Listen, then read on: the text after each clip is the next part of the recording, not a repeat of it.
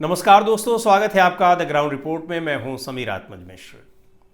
SIR को लेकर बिहार में जो स्पेशल इंटेंसिव रिवीजन हो रहा है, चुनाव आयोग जिस तरीके से पूरी मतदाता सूची की ओवरहॉलिंग कर रहा है और पहला चरण उसका पूरा भी हो गया है, वो मामला अब सुप्रीम कोर्ट में चल रहा है। पिछले 2 दिन से सुप्रीम कोर्ट में लगातार सुनवाई हो रही है और आज भी सुनवाई अभी जारी रहेगी। अब आज उस पर सुप्रीम कोर्ट सुनवाई पूरी कर पाता है कि नहीं कर पाता है, देखने वाली बात है। और नहीं होती तो अभी आगे भी ये सुनवाई जारी रह सकती है।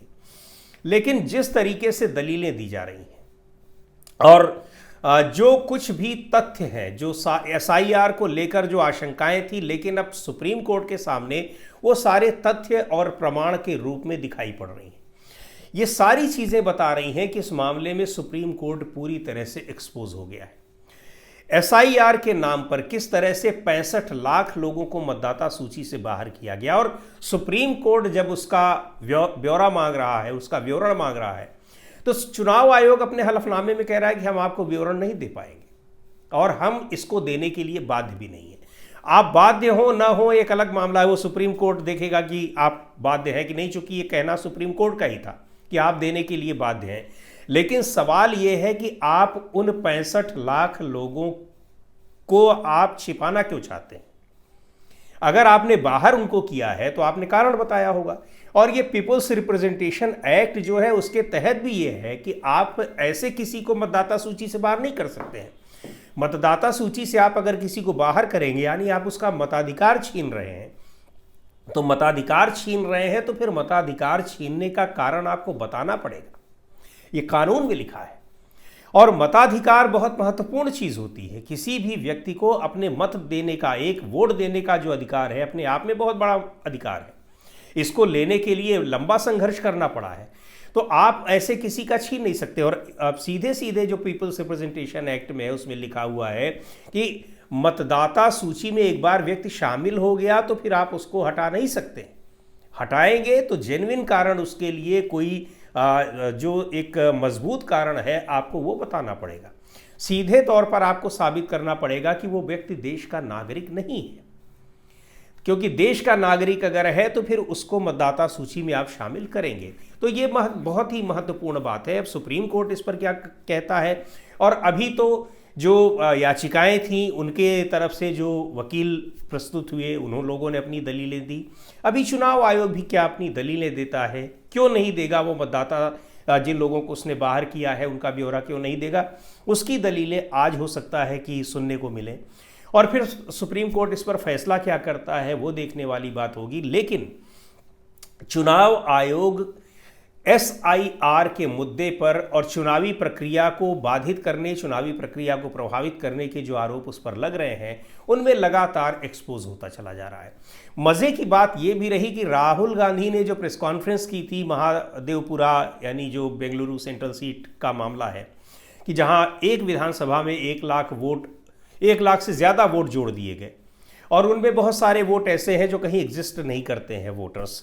ये मामला सुप्रीम कोर्ट में आया तो सुप्रीम कोर्ट ने इससे कह लीजिए कि अनभिज्ञता जाहिर की। उन्होंने कहा हमको नहीं पता है इसके बारे में। तो बताया गया उनको कि राहुल गांधी ने इस तरीके से तमाम तथ्यों के आधार पर बताया है कि एक विधानसभा में 1 लाख से ज़्यादा वोट डाल दिए गए, जोड़ दिए गए। और बिहार का जो मामला है, बिहार को लेकर जो दलीलें आई बहुत ही दिलचस्प रहीं और ये कहा गया कि आप कैसे एक्सपेक्ट कर सकते हैं कि आपको कौन से डॉक्यूमेंट चाहिए। आधार है, वोटर आईडी है, उसके अलावा और राशन कार्ड होता है, ये सब महत्वपूर्ण दस्तावेज हैं। आप बिहार में यही लोगों के पास होता है, इनको आप मानने को तैयार नहीं। तो फिर क्या वहाँ पर लोग किस तरीके का दस्तावेज रखेंगे? आप पासपोर्ट को मानेंगे, क्रेडिट कार्ड को आप मजबूत दस्तावेज मानेंगे। ये सारी बातें वहाँ पर आई। लेकिन आधार कार्ड को लेकर ये बात है कि एक ये भी सवाल आया, सुप्रीम कोर्ट ने भी कहा कि भाई आधार कार्ड को आप नागरिकता का प्रमाण नहीं मान सकते हैं। तो सवाल ये है कि नागरिकता का प्रमाण आप किस डॉक्यूमेंट को मानेंगे? अभी तक कोई ऐसा डॉक्यूमेंट तो जारी नहीं हुआ है जो बताए कि ये आपकी नागरिकता है। पासपोर्ट है, जब आप बाहर जाते हैं तो वहाँ पासपोर्ट होता है जो आपको बताता है कि आप भारत के नागरिक हैं, जब आप किसी दूसरे देश में जा रहे हैं। लेकिन अपने ही देश में जब आप रहते हैं तो आपको अपनी नागरिकता का परिचय देने की ज़रूरत नहीं होती है उस, और परिचय अगर आप देना चाहते हैं तो उसके लिए कोई दस्तावेज नहीं है, डॉक्यूमेंट नहीं है जिसके ज़रिए आप दे सकें कि आप भारत के नागरिक हैं। तो एक ये भी मुद्दा उठा है। और चूंकि एनआरसी की बात की जा रही है कि बैकडोर से एसआईआर के ज़रिए एनआरसी को लागू करने की कोशिश हो रही है, तो ये ठीक नहीं है। एनआरसी को लागू करना, किसी की नागरिकता जांचना, ये काम चुनाव आयोग का नहीं। और ये बात भी सुप्रीम कोर्ट में आई। अब ये सारी चीज़ें दिखेंगी कि सुप्रीम कोर्ट अपने फैसले में क्या कहता है। फैसला जो कुछ भी हो, लेकिन सुप्रीम कोर्ट बुरी तरीके से एक्सपोज हो गया है कि वो एसआईआर अचानक चुनाव से ठीक पहले क्यों करना चाहता है बिहार में, और इसको करने के पीछे उसका मकसद क्या है। ये दलील भी दी गई कि अगर आप करना चाहते थे तो आप इसको चुनाव के बाद कर लेते, क्योंकि अभी लोकसभा चुनाव हुआ है, उसमें आपने पूरी प्रक्रिया की है, गहन इसका पुनरीक्षण नहीं किया है, लेकिन आप मतदाता सूची का पुनरीक्षण हर चुनाव में होता है। गहन तो ये है, लेकिन तो इसको करने के लिए अगर आपको करना ही था तो बिहार चुनाव के बाद करते।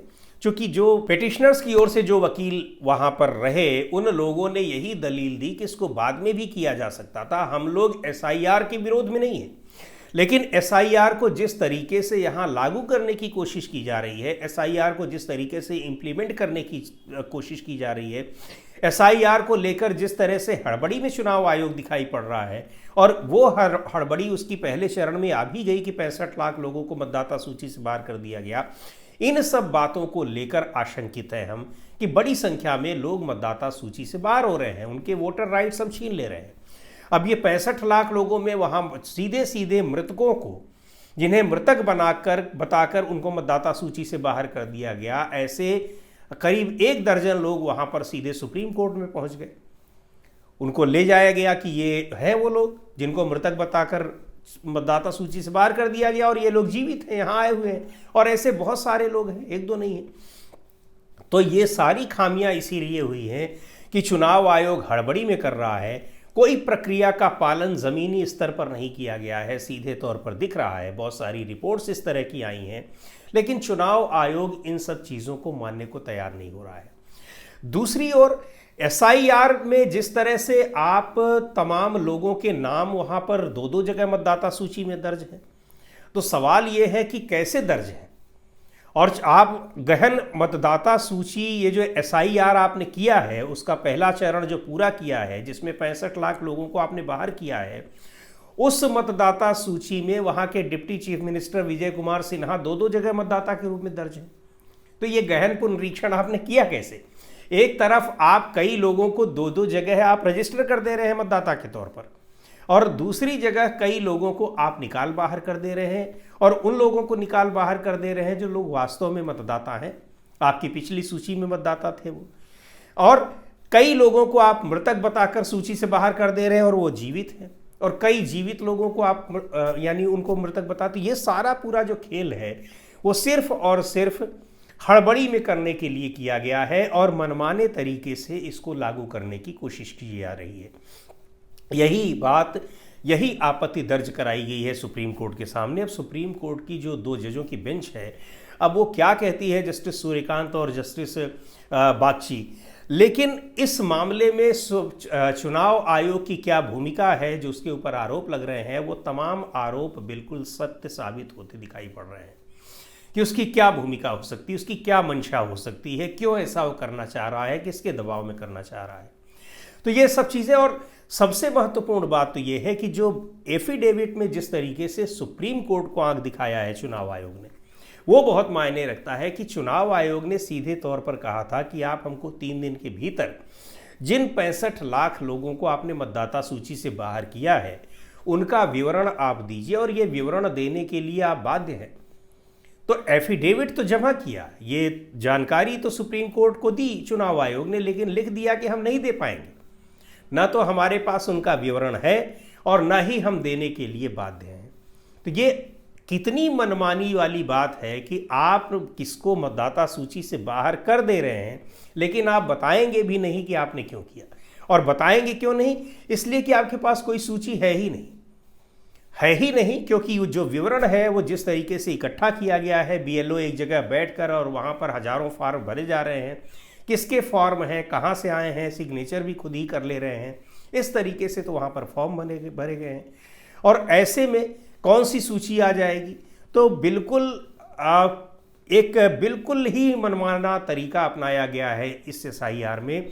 विपक्ष की शिकायतों को, विपक्ष की आपत्तियों को पूरी तरह से दरकिनार कर दिया गया है, लेकिन विपक्ष सुप्रीम कोर्ट, संसद और फिर सड़क पर भी इसको लेकर उतर रहा है, क्योंकि मतदाता सूची अगर मनमाने तरीके से बनाई गई, मतदाता जो वास्तविक मतदाता है उन्हीं के वोटर राइट्स छीन लिए गए, तो फिर लोकतंत्र कहाँ रह जाएगा? ये बहुत बड़ा सवाल है। क्या होता है आगे देखना बड़ा दिलचस्प होगा, बड़ा महत्वपूर्ण होगा और देश के लोकतांत्रिक इतिहास में एक बहुत ये बड़ा फैसला होगा सुप्रीम कोर्ट का, जो चुनाव आयोग के जो बिहार में SIR कर रहा है उसको लेकर जो सुनवाई चल रही है। आज भी उस पर सुनवाई जारी रहेगी और देखना है कि आज सुनवाई पूरी होती है या अभी सुप्रीम कोर्ट इसमें और मौका देता है, क्योंकि अभी जो चुनाव आयोग का पक्ष है वो अभी रखा जाना बाकी है। तो रहेगी इस पर निगाह और देखते हैं क्या होता है, लेकिन होगा ये बड़ा ऐतिहासिक फैसला। तो आज के इस वीडियो में इतना ही। अगले वीडियो में फिर मिलेंगे एक नए विषय के साथ, एक नए मुद्दे के साथ। द ग्राउंड रिपोर्ट के यूट्यूब चैनल को आपने अब तक सब्सक्राइब नहीं किया हो तो ज़रूर कर लें। हमारे वीडियोस को लाइक करें, शेयर करें और अपने सुझाव भी हमें ज़रूर भेजें।